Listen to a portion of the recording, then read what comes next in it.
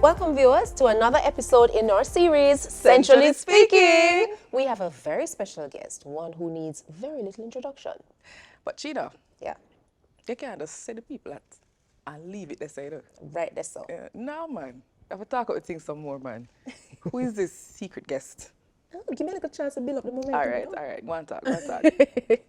All right. Welcome again to Centrally Speaking, the program that keeps you informed about the work and function of Jamaica's central bank, Bank of Jamaica. I'm Sheena. And I'm Anna. What can you say about the central bank? Cheetah, when was BOJ established? All right, so we're going to flip the script. You know why we're going to flip the script? Because Anna is always asking me the questions. Yeah, If I come in big, maybe. Anna, when was BOJ first established? Girl, talk up to the people in May 4, 1960. All right, she kind of bright now. May 4 or May 1? But it opened its doors on? In 1961. We can't give her that. Yeah. So, you know who was the first employee? You tell me. Me no. No. Me no did that. Yes. I was in my dreams. Okay. Well, I was being dreamt of. I got to ask my mother. She wasn't there. So coming up in this program, we will have a little chat with Richard Byles, Governor of Bank of Jamaica. But first, you know where the thing go? Street check.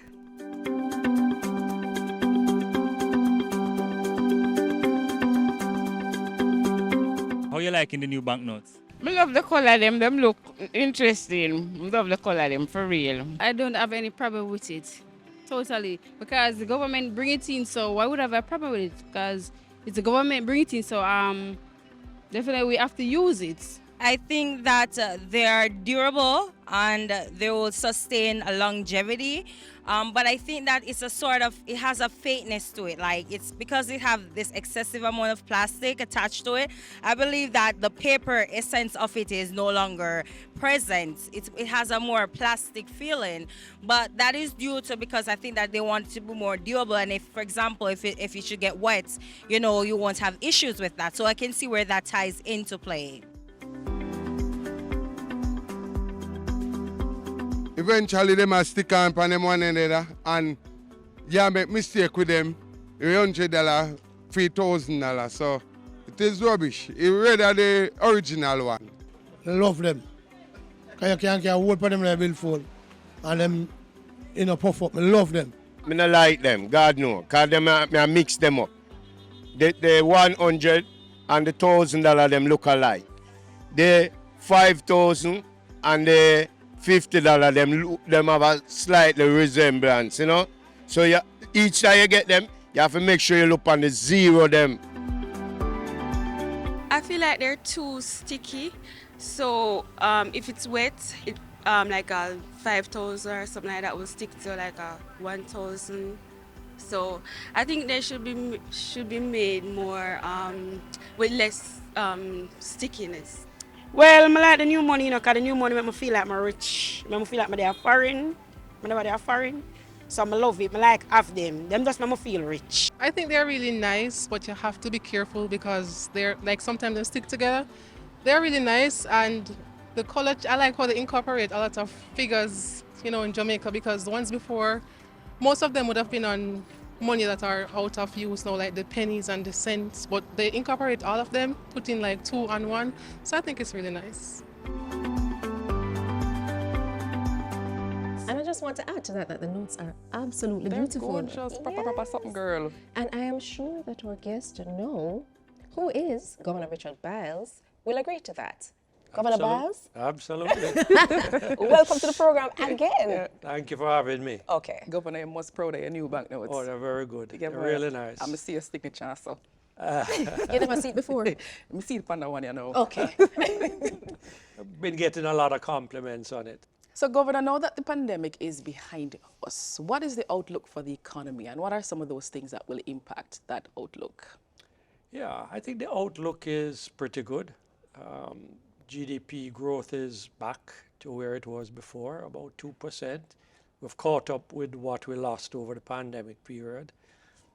Employment is doing very well. It's at about 94% of the workforce. Inflation 94. Is on its way down. It may be a little bumpy going forward, but it's generally down. and our reserves are looking good. We had a great tourist season. Remittances are still higher than pre-pandemic. So I think the outlook for the economy is pretty good. Okay. Nice. So, Governor, you spoke to inflation just now. How confident are you that we will be able to arrest and address inflation, get it back to where it needs to be within the target? As confident as can be. Fundamentally, international commodity prices are coming down. We've seen that over the last 6 to 9 months. And that's important because a lot of what we import for consumption, whether it's energy or food, is being priced internationally. And so I think that we have a good chance of it getting back to that 4 to 6% corridor towards the end of the year, maybe in the last quarter. But it may bump around a bit in this quarter because agricultural prices are a bit higher, consequent on the drought. So once we get over that, however, I think generally we'll find we get back in that 4 to 6% corridor. All right, so things going great in the economy can't be possible without a great bank, great staff. So moving the attention now to the bank itself. Yeah. How has been your independence? You know, the independence of the central bank. Bit of a trial by fire. If you recall, we became formally independent in April of 21. April 16. April 16, 2021. 21. And that then came all of the inflation. Right? So we were in the middle of the pandemic and just coming out of the pandemic, and here came the inflation. And in October of 21, just a couple of months after we became independent, we had to raise interest rates. And we were one of the first in the world to raise interest rates. A lot of people said, why are you doing that? But eventually, you know, they came around to understand the economics of it. And other banks started to follow. Yes, other banks followed, and the Fed, in about 6 months later, they raised their rates too. So it was a bit of a trial by fire. As you became independent, you had to deal with the pandemic.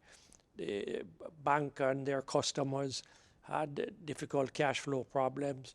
We had to put liquidity in the system.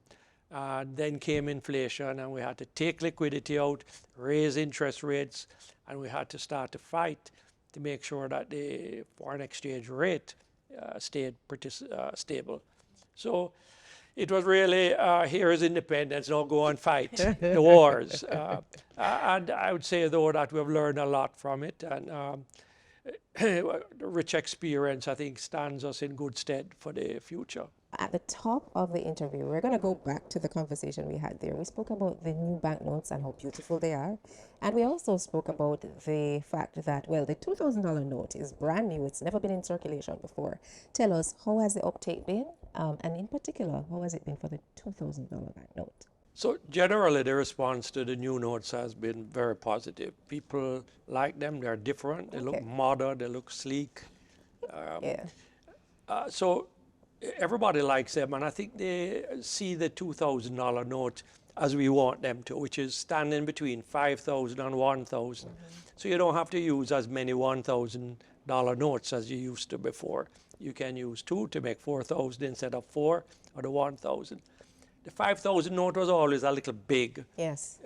And so people kind of shied away from it. So this 2,000 is bridging that gap.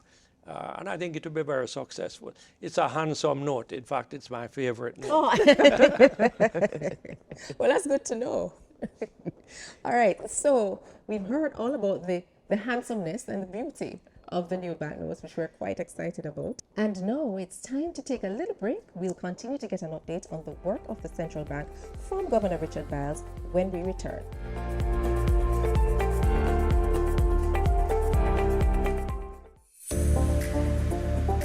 Introducing the new $2,000 note.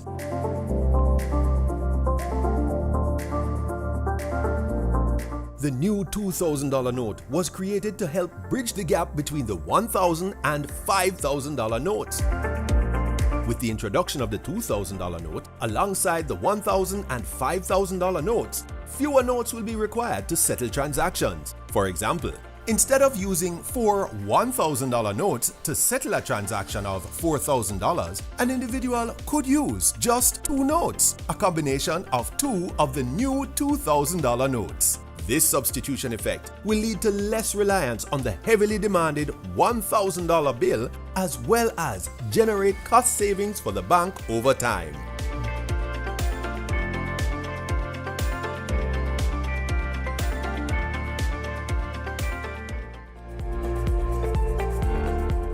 Welcome back to Centrally Speaking. We have been getting an update, bare good news, on the economy and the work of the Bank of Jamaica from Governor Richard Byles. Governor Byles, Twin Peaks. Hey. Yeah. One of my favorite subjects. Yes. That regulatory model Yes. that has been recently introduced. All right, tell us a little bit more about it and how has it been reshaping the financial sector?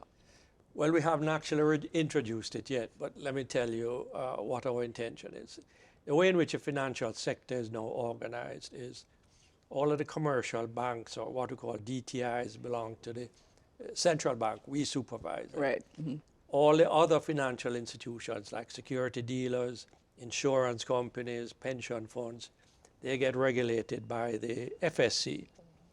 It means that there is a separation and you don't get a 360-degree view of the total financial sector. Mm-hmm. We see half, they see half. Mm-hmm.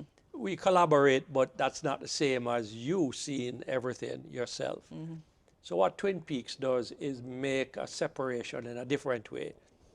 We will see the entire financial institution from a prudential point of view, and I'll come back and describe what that means. Right. Mm-hmm. And the FSC will see the entire financial sector from a market conduct point of view. So from a prudential point of view, what we're looking at is how safe is the depositor? How safe is the investor? Is the capital of the institution strong enough? Do they have enough buffers? Can they be safe in good times and safe in more difficult, stressful times?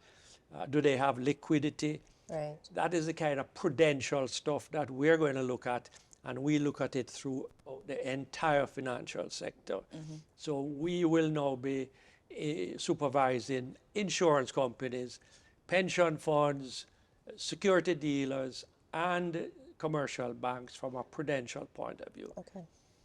Market conduct is something that is not very highly developed in Jamaica. Mm-hmm. The FSC practices it to some extent today, but not fully. You often hear people complain about service and what they don't like about what happens at banks or insurance companies. And so the idea is to develop that aspect of supervision a lot more and make the FSC focus on it. So the FSC will look at market conduct right throughout the entire financial sector. So the Twin Peaks are BOJ on the prudential side and the FSC on the market conduct side. Mm-hmm. I think what you'll get from that is 2 supervisors who are greater specialists and who have a total view of the financial sector from their specialist point of view. And out of that should come better supervision. Okay, so Governor, clearly Twin Peaks is a big deal based on what you have just outlined. So obviously the wheels are now in motion.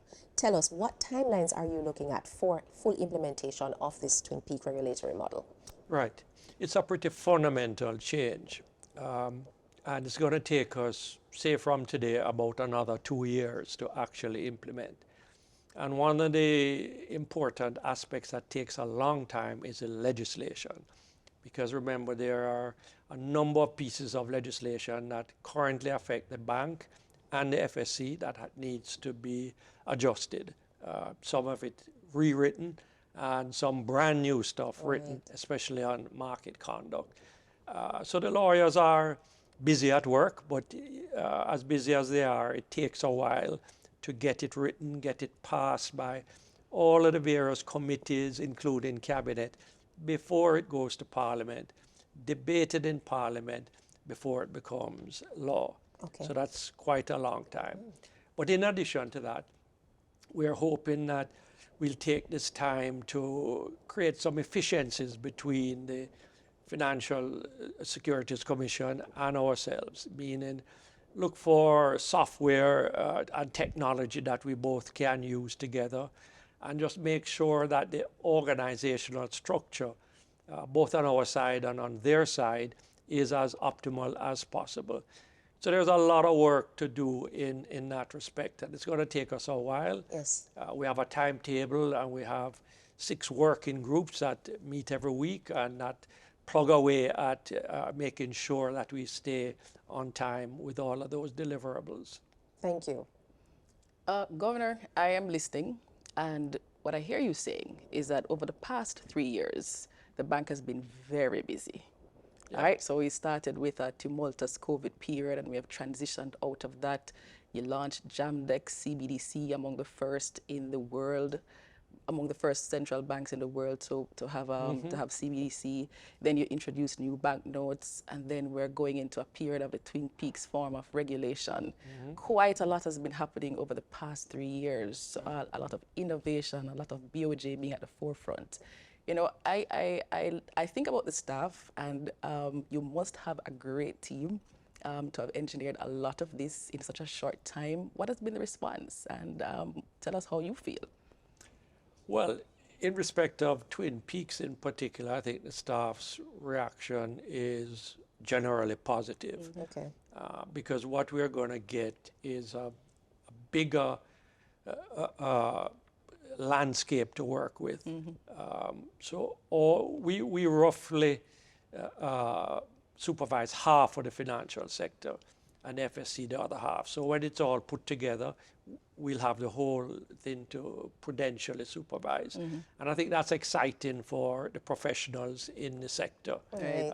They get to see a lot more. It's more complex, Yes. it's more involved. Yes. And from that professional point of view, I think they are stimulated. Also more opportunity for growth and progress in a bigger structure.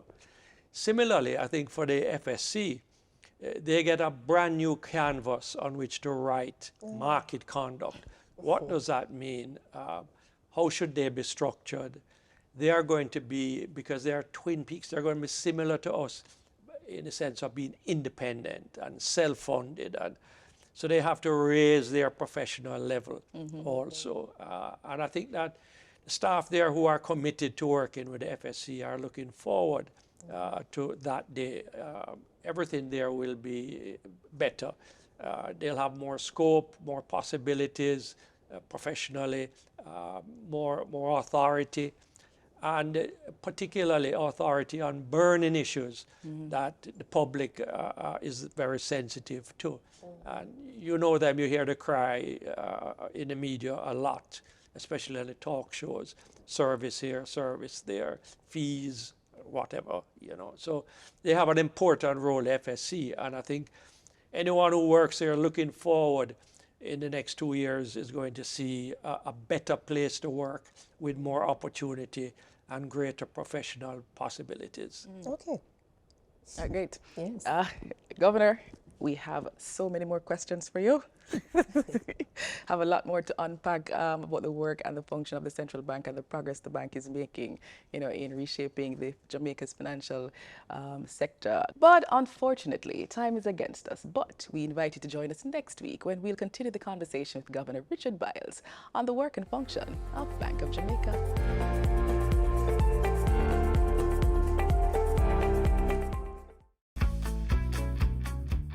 Jamaica's currency has a fresh new look. Introducing the new $50 note.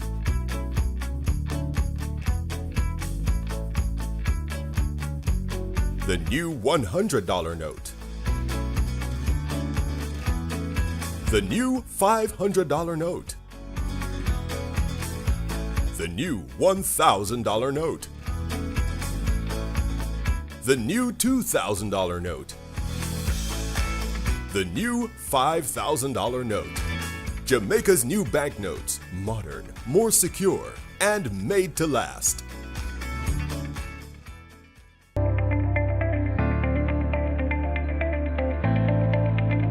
On today's episode, we were speaking with Richard Byles, Governor of Bank of Jamaica. And here's a recap of the conversation. So let's get into the fast facts.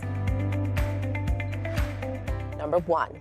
BOJ was established under the Bank of Jamaica Act of 1960, officially opened to the public in May 1961, and became independent on April 16, 2021.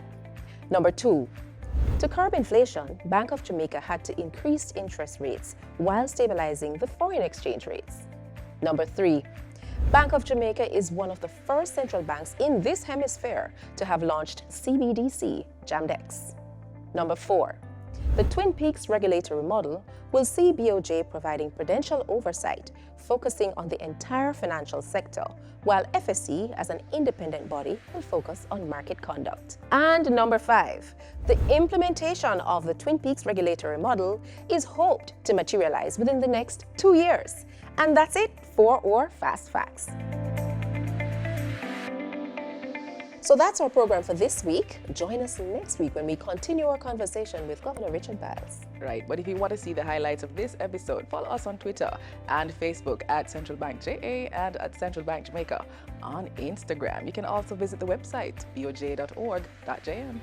We also invite you to send your questions in on Twitter or Facebook. And of course, tune in next week for another episode in Centrally Speaking. Same time, same station, when we'll have another informative discussion waiting for you. I'm Anna. And I'm Sheena. Thanks for watching.